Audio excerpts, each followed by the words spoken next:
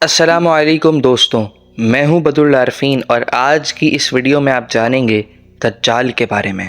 قرب قیامت کی 10 بڑی علامات میں سے ایک علامت دجال کا ظاہر ہونا بھی ہے۔ دجال کا فتنہ تاریخ انسانی کی ابتدا سے لے کر انتہا تک کے تمام فتنوں سے بڑا اور خطرناک فتنہ ہے، جس کی بڑائی اور شدت کا اندازہ اس بات سے بھی لگایا جا سکتا ہے کہ ہر ایک نبی علیہ السلام نے اپنی اپنی امت کو دجال کے فتنے سے ڈرایا تھا۔ دجال کا معنی ہے بہت زیادہ جھوٹا شخص، کیونکہ دجال بھی حق کے ساتھ باطل کو ملا کر جھوٹ بولے گا، اس لیے اسے دجال کہا گیا ہے۔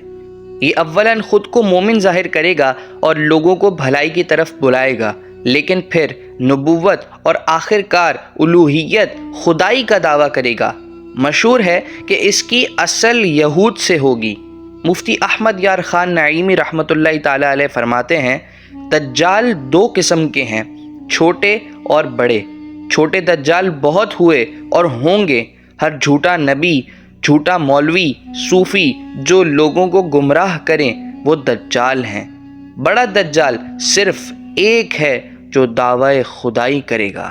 مختلف احادیث میں دجال کا حلیہ بتایا گیا ہے۔ ان تمام کو سامنے رکھنے سے دجال کا جو حلیہ سامنے آتا ہے وہ یہ ہے کہ دجال ایک جوان مرد ہوگا، دراز قد اور ایک آنکھ سے کانا ہوگا، اور کانی آنکھ ایسی ہوگی جیسے پھولا ہوا انگور ہو، جبکہ اس کی ایک آنکھ خون آلود ہوگی۔ اس کا سینہ چوڑا اور ذرا سا اندر کی طرف دھسا ہوا ہوگا۔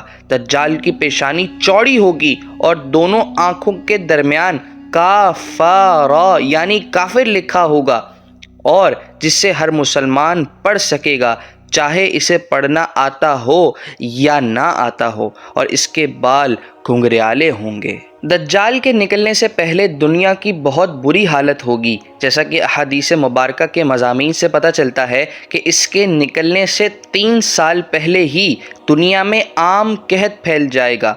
پہلے سال آسمان 1/3 بارش اور زمین 1/3 پیداوار روک لے گی۔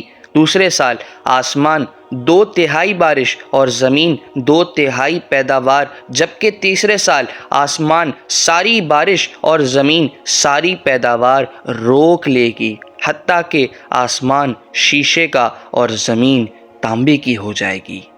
اس خشک سالی کے سبب تمام چوپائے ہلاک ہو جائیں گے، فتنے اور قتل و غارت گری عام ہو جائے گی، آدمی ایک دوسرے کو قتل اور جلا وطن کر رہے ہوں گے۔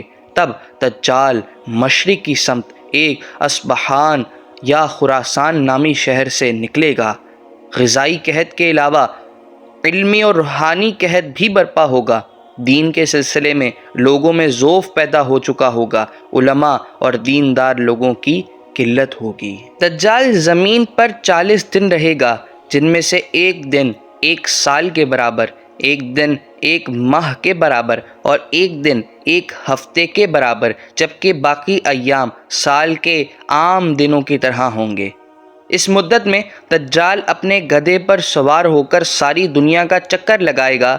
گدھے کا جسم اتنا بڑا ہوگا کہ دونوں کانوں کا درمیانی فاصلہ 40 ہاتھ کے برابر ہوگا، اور اس کے گدھے کی رفتار کا یہ عالم ہوگا کہ ایک قدم اٹھائے گا تو 1 میل کی مسافت طے کرے گا، اور روئے زمین کا کوئی میدانی، صحرائی اور پہاڑی علاقہ ایسا باقی نہیں بچے گا کہ جہاں وہ نہ جائے۔ البتہ مکہ مکرمہ اور مدینہ طیبہ پہ فرشتوں کا پہرا ہونے کی وجہ سے ان میں داخل نہ ہو سکے گا۔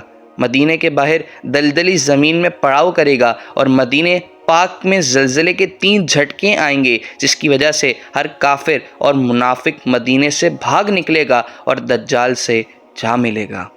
اس روز مدینہ پاک ہر منافق اور فاسق مرد و عورت سے خالص و پاک ہو جائے گا، اسی لیے اس دن کا نام یوم الخلاص بھی ہے، اور بعض روایات کے مطابق بیت المقدس اور کوہ طور پر بھی نہیں جا سکے گا۔ دجال کے فتنوں کی وجہ سے اہل ایمان سخت پریشانی اور تنگی کے عالم میں بھاگ کر دخان نامی ایک پہاڑ میں پناہ لیے ہوں گے، لیکن دجال ان کا پیچھا کر کے پہاڑ کا گھیرا کر لے گا۔